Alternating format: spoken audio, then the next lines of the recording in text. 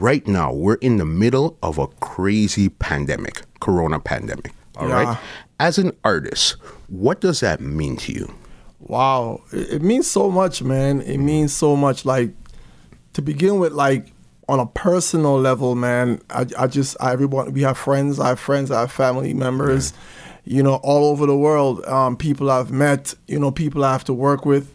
And I just hope that everyone and their families are safe and okay. That's just to begin with. Yeah. And then work-related wise, like we were discussing prior to us beginning filming, like 3 of my events are actually like postponed, which a lot of times mean canceled. And we were speaking like financially, that's very impactful. 100%. Like, if you don't do business the right way, like some artists or whatever the case may be, and let's say you don't get a deposit, for instance. Even if you did get a deposit, you still have to collect your back end, and now you can't get that, you know, because it's like a natural case. It's nobody's fault. That's done and over with. And how many more of these events are going to be canceled or postponed?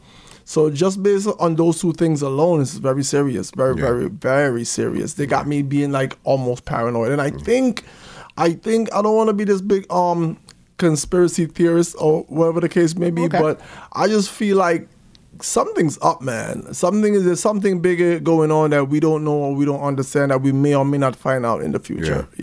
Yeah, definitely. Because as we said, right now the government is like your parents. Your parents never tell you everything that they know.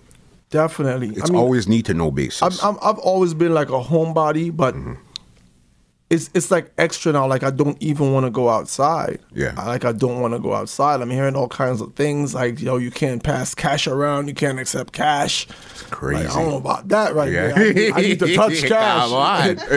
You know, so This podcast is brought to you by www.twolinedmusichut.com.